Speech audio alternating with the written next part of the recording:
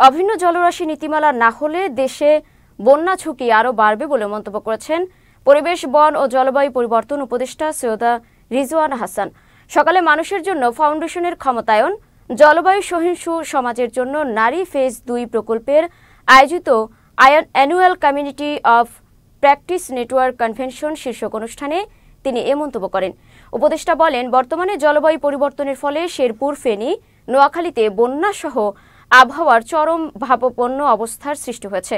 জলবায়ুর বিরূপ প্রভাব মোকাবিলায় সরকারের পাশাপাশি সবাইকে একযোগে কাজ করতে হবে।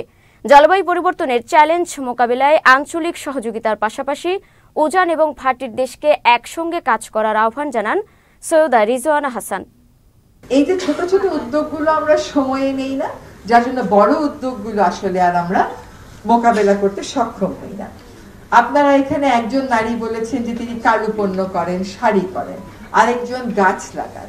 এই উদ্যোগগুলোকে যদি একজনের থেকে আরেকজন শিখেন যে এখান থেকে ও গাছ লাগাচ্ছে, আমিও আমার এলাকায় গাছ লাগাই, ও বীজ সংগ্রহ করছে, আমিও আমার এলাকায় জেনে নেই যে কেমন করে বীজটা সংগ্রহ করা যায়। এই কাজগুলো যখন করবেন তখন আর আপনার সরকার কি করলো, ডিসি মহোদয় আসলো কিনা, পানি উন্নয়ন বোর্ড গেল কিনা, এইগুলো থেকে দেখা যাবে আপনার প্রাথমিক বিপদ মোকাবেলার আপনার একটা প্রস্তুতি।